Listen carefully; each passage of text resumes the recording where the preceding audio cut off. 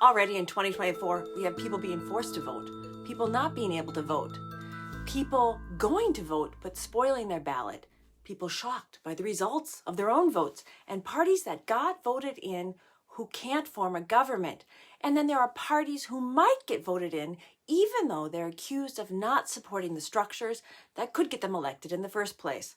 2024 is a monster election year with more than 2 billion voters going to the polls in the United States, India, Mexico, and South Africa.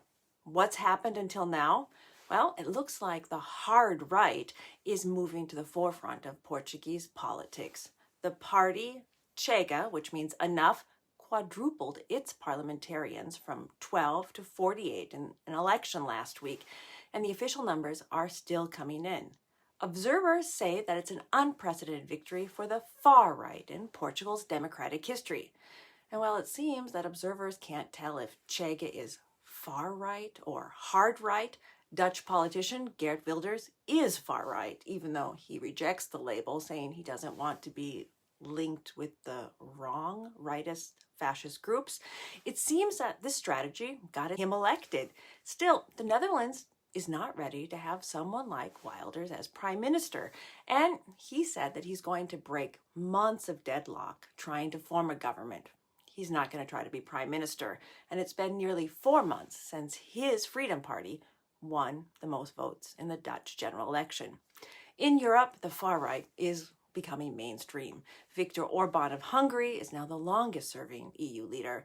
Giorgia Meloni has just completed her first year as Italy's prime minister.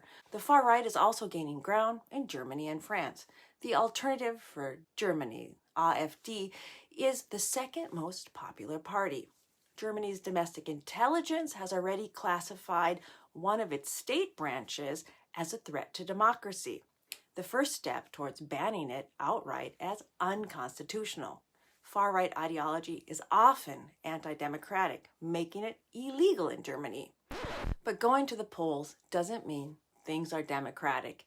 In Russia, a 3-day election is going to take place starting on March 15th, which leaves no room for doubt that Vladimir Putin will most likely win a 5th term, allowing him to stay in power until 2030. And should he run again? Until 2036. Alexei Navalny's wife, Yulia Navalnaya, said Russians should protest at noon on March 17th as a way to vote against Putin, or they should spoil their ballots. Russia's election will probably have a lot in common with the one that took place in Belarus at the end of February.